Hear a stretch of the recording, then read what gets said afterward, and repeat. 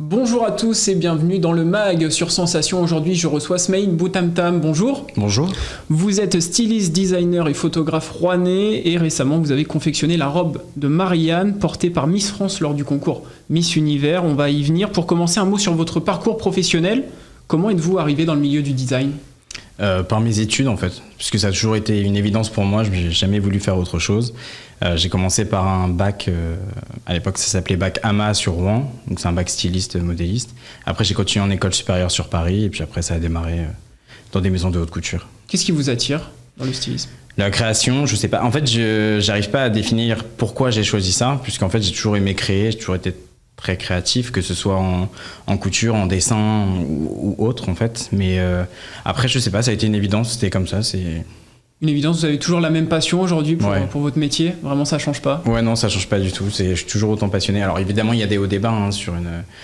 ouais, je pense qu'au bout de tant d'années, on peut dire une carrière, mais il y a des hauts débats, mais la passion est toujours là en tout cas. Alors dans votre profession, il y a la couture qui prend une part importante. Ouais. Quelle est votre histoire justement avec la couture ? J'ai pas d'histoire en particulier, en tout cas, puisque je viens d'une famille ouvrière avec des parents modestes. Et du coup, j'avais pas d'entourage dans le milieu artistique ou autre, donc je sais pas d'où est-ce que c'est venu, mais voilà, ça a été... je pense que quand j'étais petit, avec mes frangins, j'adorais regarder les clips sur... c'était quoi à l'époque ? MTV ? Sur MTV, ou alors il y avait aussi Fashion TV, on avait le câble, et du coup, il y avait Fashion TV où il y avait des défilés qui passaient tout le temps, et je pense que déjà de là, ça m'a passionné et ça m'y intéresse. Je m'y suis intéressé à partir de ça. Et puis après, en grandissant, je gribouille. Et puis après, je pique un bout de torchon à ma mère, une Barbie à ma sœur. Et puis je commence comme ça. Et puis après... Vous aviez donc cette créativité qui est venue naturellement. En sortant de l'école supérieure de mode à Paris, vous allez enchaîner les stages et les expériences. C'était important pour vous de toucher à différents domaines, le stylisme, bijoutier, modéliste également ? Ouais, je suis très très curieux dans la vie en général, donc dans ma passion encore plus, et j'avais envie de toucher à tout. Et j'ai eu l'opportunité surtout de toucher à tout parce que j'ai commencé chez On Aura Tout Vu, qui est une petite maison de haute couture. Donc il y en a à peine une dizaine dans le monde, parce qu'il faut répondre à des critères bien précis pour être une maison de haute couture. Et comme c'est une petite maison, on est un peu polyvalent là-bas. Donc j'ai commencé un poste, puis un autre, et en fait on m'a montré différentes facettes de différents métiers. Et ça m'a passionné, et par la suite, quand je suis parti dans On Aura Tout Vu, c'est ce que j'ai voulu faire aussi. J'ai voulu voir d'autres corps de métier, parce que je voulais être le plus complet possible et m'intéresser à tout. Justement, vous l'avez dit, après 3 années dans la maison de haute couture, On Aura Tout Vu, vous vous lancez en freelance. Pourquoi ce choix ? En fait, à force de créer pour les autres, quelque part, même si j'adore ça, ça bride un peu notre créativité à nous, parce que je pense que je suis pas le seul dans ce cas-là, et j'avais besoin de créer pour moi mes propres idées et de les voir réaliser en fait. Donc je me suis lancé à mon compte à ce moment-là parce que c'est ce que j'avais besoin. J'avais besoin de créer mes propres idées, et voilà. Est-ce que vous pouvez nous parler de votre quotidien ? À quoi se résument vos journées ? J'ai pas une journée qui se ressemble, parce que du coup à côté de ça, je suis aussi photographe. Je suis directeur artistique. En fait, j'ai plusieurs cordes à mon métier, et du coup j'ai pas une journée qui se ressemble. Je peux avoir une journée où c'est un shoot du matin au soir, après le lendemain avec un client lambda, le lendemain je peux aller voir Amandine sur Paris, Miss France, donc pour info, et que du coup on prévoit le planning des semaines à venir. Ensuite j'enchaîne avec mes fournisseurs. Après j'ai une confection d'une robe pour une cliente. En ce moment c'est la saison des mariages qui est repartie, donc je suis beaucoup là-dessus parce qu'il y a eu beaucoup de mariages déplacés à cause de l'année Covid. Donc on est à fond là-dessus, mais à côté de ça il y a la nouvelle collection aussi qui est en cours. Après il y a les partenaires, il y a les déplacements pro à l'étranger. Voilà, j'ai pas une journée qui se ressemble, et je pense que c'est ça aussi qui me plaît d'être à mon propre compte, c'est que il y a pas de routine finalement.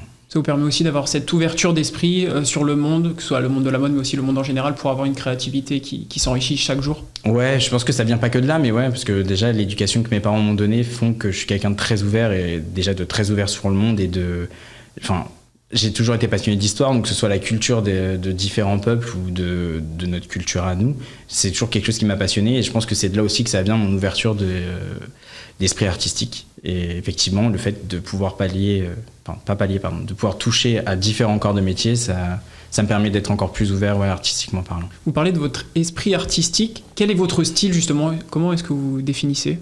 Moi, j'ai du mal à me définir, mais mon entourage ou mes clients me disent qu'il y a ma patte et qu'on reconnaît quand c'est une tenue à moi. Donc voilà. Après, c'est vrai que j'aime beaucoup les broderies, j'aime beaucoup les cristaux, j'aime les fleurs, les motifs, la couleur. Mais bon, à côté de ça, j'ai aussi eu des collections juste noir et blanc, en cuir, très simple. Donc, je sais pas, je crois que je fais avec l'inspiration du moment. Je sais pas si j'ai vraiment une... Enfin, moi, en tout cas, je n'arrive pas à définir forcément mon style. Je suis un peu éclectique sur ce sujet, donc... Avec un peu de folie et ça marche. Ouais, c'est ça. En mai dernier, Amandine Petit, Miss Normandie 2020 et Miss France 2021 participaient au concours Miss Univers en Floride. Pour l'occasion, l'une des tenues a été créée dans votre atelier de Petit-Quevilly. Parlez-nous de cette robe. C'est la robe Marianne.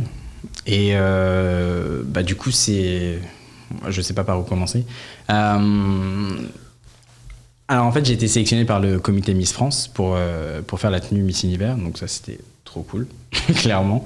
Et dans ces cas-là, on a une charte à respecter, forcément. Enfin, on a des choses à ne pas faire ou autres. Par exemple, pour les États-Unis, les jambes peuvent être apparentes, il peut y avoir un décolleté très, très plongeant, mais en tout cas, les fesses doivent surtout pas être apparentes, par exemple. Donc, on a des chartes comme ça. Après, il faut forcément que ça colle à la France, il faut que ça représente la France, etc. Mais pour le reste, on est libre, en tant que créateur, de proposer n'importe quel thème. Donc, j'en avais proposé 4. Et puis, Amandine et le comité Miss France en ont choisi un. C'est celui qui me plaisait le plus, donc... Voilà, après j'avais pas proposé n'importe quoi parce qu'avec Amandine on se connaît bien, donc je proposais quelque chose qui collait à sa personnalité. Et donc voilà, donc c'est la robe Marianne, donc on a conçu un corset armure entièrement brodé en Swarovski avec des grosses pierres. Et puis par-dessus il y avait un drapage, une robe drapée blanc antique un peu à la Marianne en fait, l'image qu'on peut avoir d'elle, et un bonnet phrygien en Swarovski rouge sur la tête.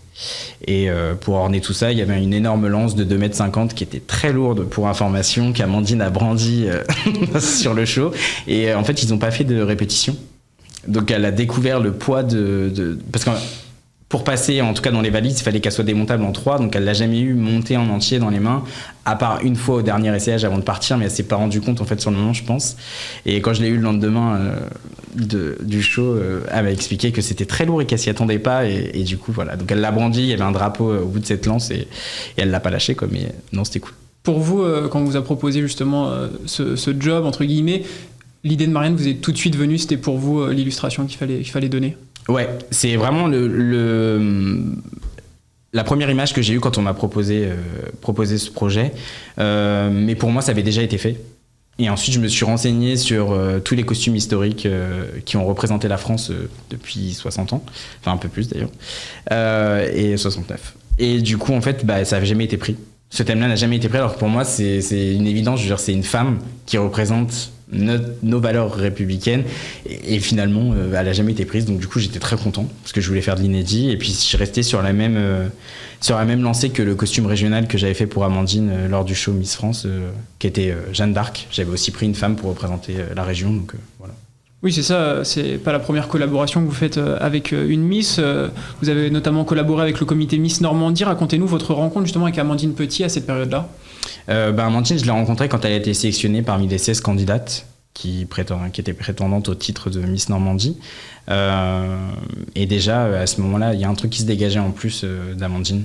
Elle était... là, après, c'est mes dires à moi personnels parce qu'on n'avait pas tous le même avis, mais je la trouvais pas assez confiante, mais elle avait un aura de ouf qui se dégageait déjà de là. Elle était très, très motivée, très...